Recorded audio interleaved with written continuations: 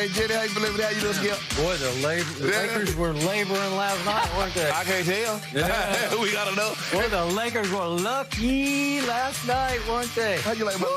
You like my Labor Day outfit? I don't know. I'm looking at Jenny right now. You ain't looking at. Oh, look at this. I brought the good stuff because I knew you. Yeah, you Labor Day. You're gloating about that? Yeah, summer's officially over. And I guess that's all. It's come to this for Undisputed. Okay. Thank you for pointing that out, Shannon. That is what it's come to. Guys, we have so much to talk about from the weekend, so let's get to it. After dropping Game 1 on Friday, the Lakers evened up the series against the Rockets last night at a game apiece. LA saw their 16-point halftime lead evaporate into a deficit in the third quarter, but fought back in the fourth behind LeBron's 8 points to go on and win 117-109. LeBron finished with 28 points, 11 rebounds, 9 assists, and 2 blocks. So, Shannon, what was the biggest reason the Lakers won? And the fourth steal. You left out the fourth steal, Jenny. That's important. Sorry about that. I mean, we need a complete stat line, right, Skip? When you go get a physical, you get a complete battery or workup. You know, you get blood pressure. Yeah. You get all that stuff, right, Skip? I wouldn't know. I never did. LeBron led the way last night. He was aggressive. He took it upon himself. Yes, I'm going to get people involved. AD, I need you to do your thing, but I'm going to make sure I get myself involved. He was driving to the basket. He realizes, look, I have a decided advantage over whomever is guarding me. Either they're too small or they don't have enough sandbags in their back pocket. They can't weight themselves down, anchor themselves down to keep me from attacking the rim. So he was in attack mode last night. He got a couple of 3 balls to drop, Skip. You know, sometimes it's a blessing and a curse. He watch one of those things fall, and then, you know, he be wanting the heat check. You actually made an objective point. But I thought he played extremely well last night, Skip. That pace that the Rockets play at, Skip, yeah, they're small. So if they're small, what must they do? They can't get into a whole bunch of half-court sets. They need to get up and down to give themselves an advantage, especially if you have bigs on the court. I think Frank Vogel is learning this is not the series for traditional big men. Dwight Howard and JaVale McGee probably not going to play as much as they would like to play, Skip. But I thought LeBron having to play 39 minutes, Skip, and you're asking a man his size, so just imagine if you ask Karl Malone, say, mailman, we need you to play 40 minutes tonight, but we need you to do John Stockton's role also. We need you to run the point. We need you to make sure we get in and out of sets. And as a matter of fact, you know, we want you to guard one of these small guys on the perimeter from time to time. And he was able to do that. I thought LeBron played unbelievable. AD played unbelievable. The first half, Skip, I don't think they could have played any better than what they played the first half. They did a great job of mixing it up. They were jumping in and out of zone. They were playing man coverage. But we know one thing about the Houston Rockets, Skip.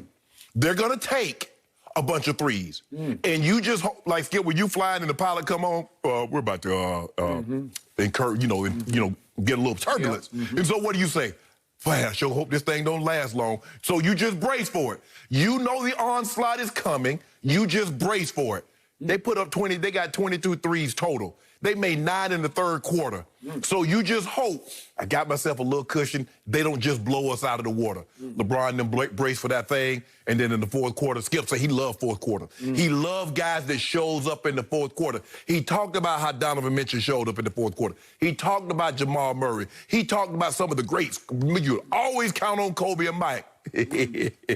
Mike got showed up in the fourth quarter and put on a virtuoso. And defense. Skip, did you notice my guy in year 17, how he's sliding his feet, moving side to side, up and back, front to back? Brought me a little, I just wanted to put me a little package together. You know, a little package, a little package.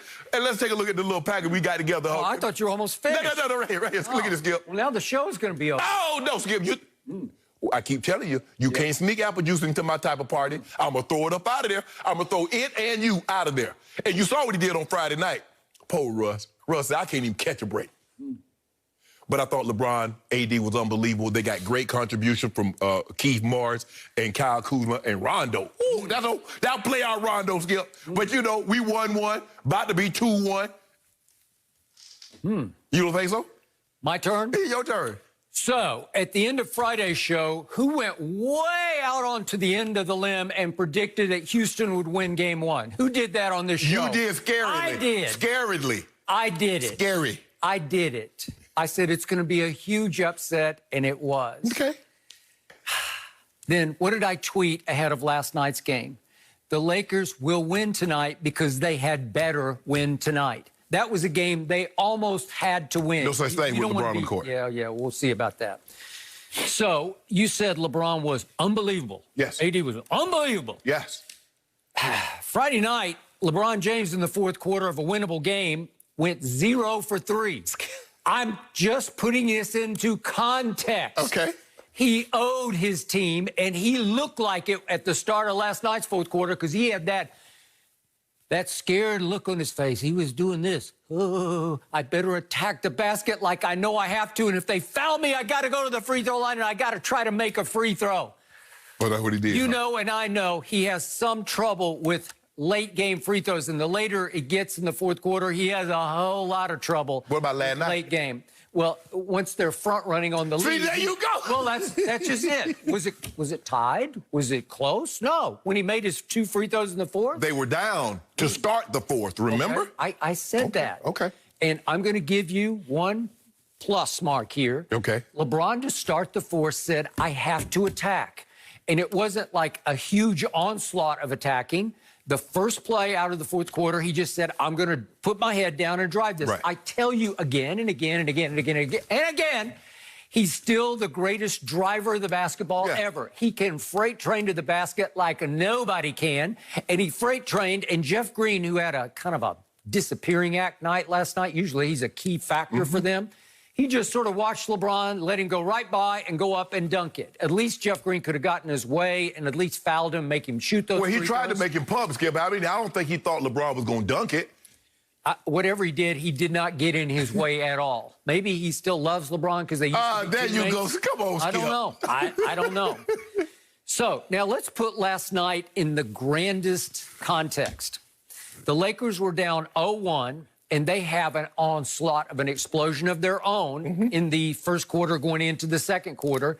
And who knew that not Marcus Morris, but Markieff, his twin brother, would hit 4 3-point shots last night? Who knew that? He hit 3 in about 1 minute and 11 seconds. Yeah. And that was the difference that sparked and it just detonated a run that put the Lakers up 42-21. That's a 21-point lead with 10:39 left in the second quarter. And I thought, this is way over. Didn't you think that? No. Oh, I did.